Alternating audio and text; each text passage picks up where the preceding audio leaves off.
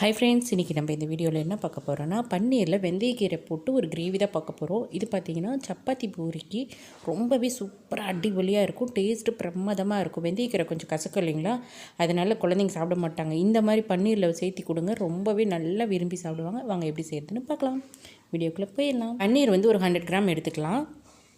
ஒரு பவுலில் தயிரில் மஞ்சத்தூள், தனியாத்தூள், மிளகாய்த்தூள், கரம் மசாலா, இது கூடவே கொஞ்சமாக கஸ்தூரி மேத்தி சேர்த்திக்கலாம். எல்லா தூளும் ஒரு அரை ஸ்பூன் போட்டால் போதும். மஞ்சத்தூள் மட்டும் ஒரு 1/4 டீஸ்பூன் சேர்த்திட்டு தேவையான உப்பு சேர்த்திட்டு நல்ல கையாலேயே கட்டி இல்லாமல் கலந்து விட்டுக்கலாம். இப்போ இது கூட பன்னீரை சேர்த்தி ஒரு 10 நிமிஷம் கலந்து வச்சிடலாம். கலந்து தனியாக வச்சிடலாம். வெந்தயக்கீரையை நல்லா குட்டி குட்டியாக கட் பண்ணி வச்சுக்கோங்க. ஒரு கடாயில் எண்ணெய் காய்ஞ்சதும் ஜீரகம் சேர்த்திக்கலாம். ஜீரகம் நல்லா பொரியட்டும். பொரிஞ்சதுக்கப்புறம் ஒரு பெரிய வெங்காயத்தை நீளமாக கட் பண்ணி நல்லா வதக்கிக்கணும். வெங்காயத்தை நல்லா வதக்கிக்கணும். உங்களுக்கு நல்லா கரிஞ்சு போனாலும் ஒன்றும் பிரச்சனை இல்லை, நல்லா டேஸ்ட்டாக இருக்கும். இது கூட நல்லா ஒரு இஞ்சி பூண்டு பேஸ்ட்டு ஒரு டேபிள் ஸ்பூன் சேர்த்திட்டு நல்லா வதக்கிட்டு அதுக்கப்புறம் ஒரு 2 பழுத்த தக்காளியை நான் சேர்த்திக்கிறேன்.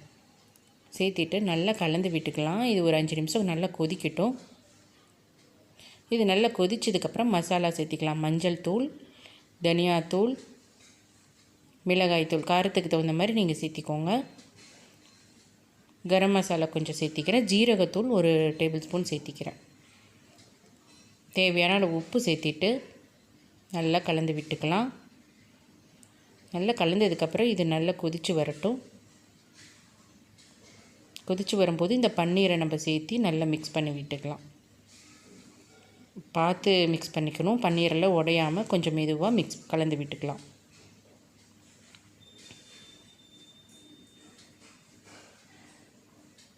கலந்ததுக்கப்புறம் ஒரு 10 நிமிஷம் நம்ம ஒரு மூடி போட்டு மூடி எடுத்துக்கலாம்.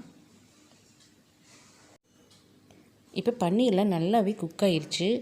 எண்ணெயும் மேலே நல்லா பிரிஞ்சு வந்திருக்கு பார்த்திங்களா. இந்த டைமில் நம்ம வெந்தயக்கீரையை சேர்த்திக்கலாம்.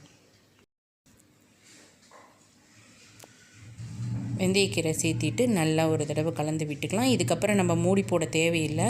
ஒரு 5 நிமிஷம் நம்ம கலந்து விட்டுட்டு அப்படியே விட்டால் போதும்.